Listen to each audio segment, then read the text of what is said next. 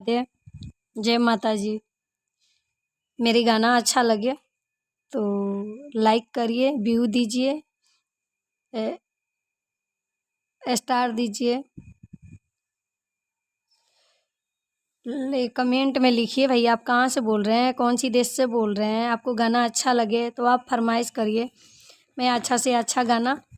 आप लोग के लिए कोशिश करूँगी गाने के लिए। राधे राधे, जय माता जी। कहवा से हजमाइले,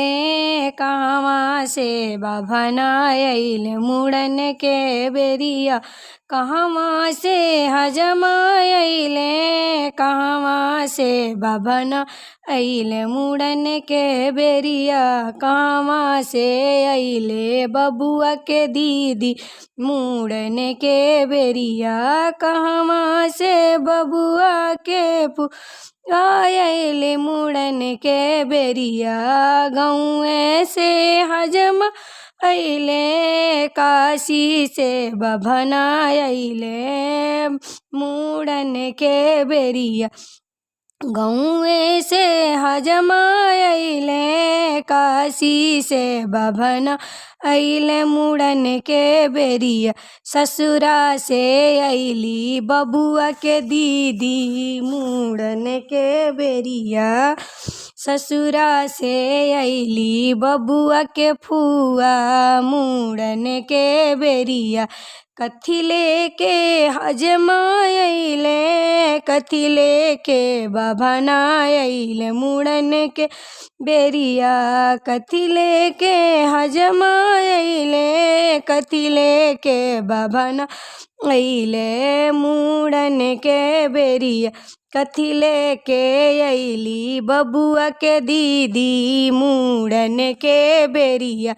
कथी लेके अइली, बबुआ के फुआ मुड़न के बेरिया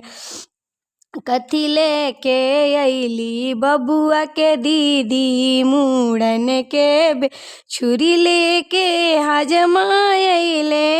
पोथी लेके बाभनाइले, मुड़न के बेरिया कथी लेके छुरी लेके हजमाइले, पोथी लेके बाभनाइले, मुड़न के बेरिया चैन लेके अइली, बबुआ के दीदी मुड़न के बेरिया चैन लेके अइली, बबुआ के दीदी मुड़न के बेरिया चैन ले अंगूठी लेके अइली, बउआ के फुआ मुड़न के बेरिया ससुरा से अइली, बबुआ के दीदी मुड़न के बेरिया कथी ले अइले हजमारुसल, कथी ले का हजमारुसले, कथी लेके बाभनारुसले, मुड़न के बेरिया कथी लागी रुसली, बबुआ के दीदी मुड़न के बेरिया कथी लागी रुसली, बबुआ के फुआ मुड़न के बेरिया धोती लागी हजमारुसले, दक्षिणा लागी बाभनारुसल, मुड़न के बेरिया दक्षिणा लाग धोती लागी बाभनारुसले, दक्षिणा लागी बाभनारुसले, रुसले मुड़न के बेरिया